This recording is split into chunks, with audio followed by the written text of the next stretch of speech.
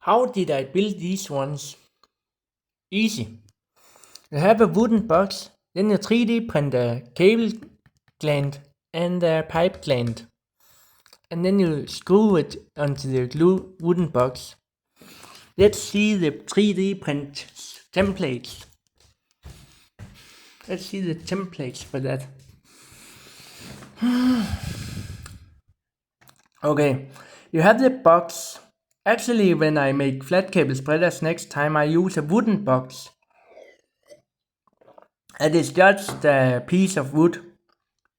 And I use this one, and I use this one, and this one. And of course the pipe glander too. They are easy to print. Of course I have a lot of other projects here. This one is for the wooden box too.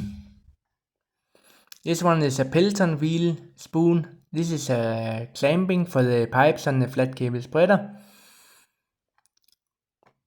And this is the insulator connectors. Quite easy project, and I had created that in see one of the projects.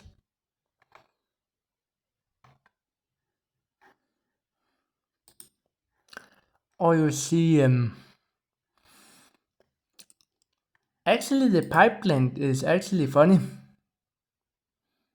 because if you take a look at this,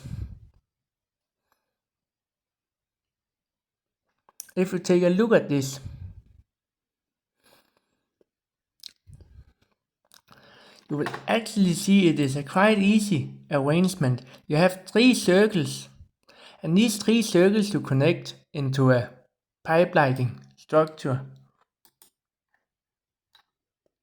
And if you have this one, the cable gland,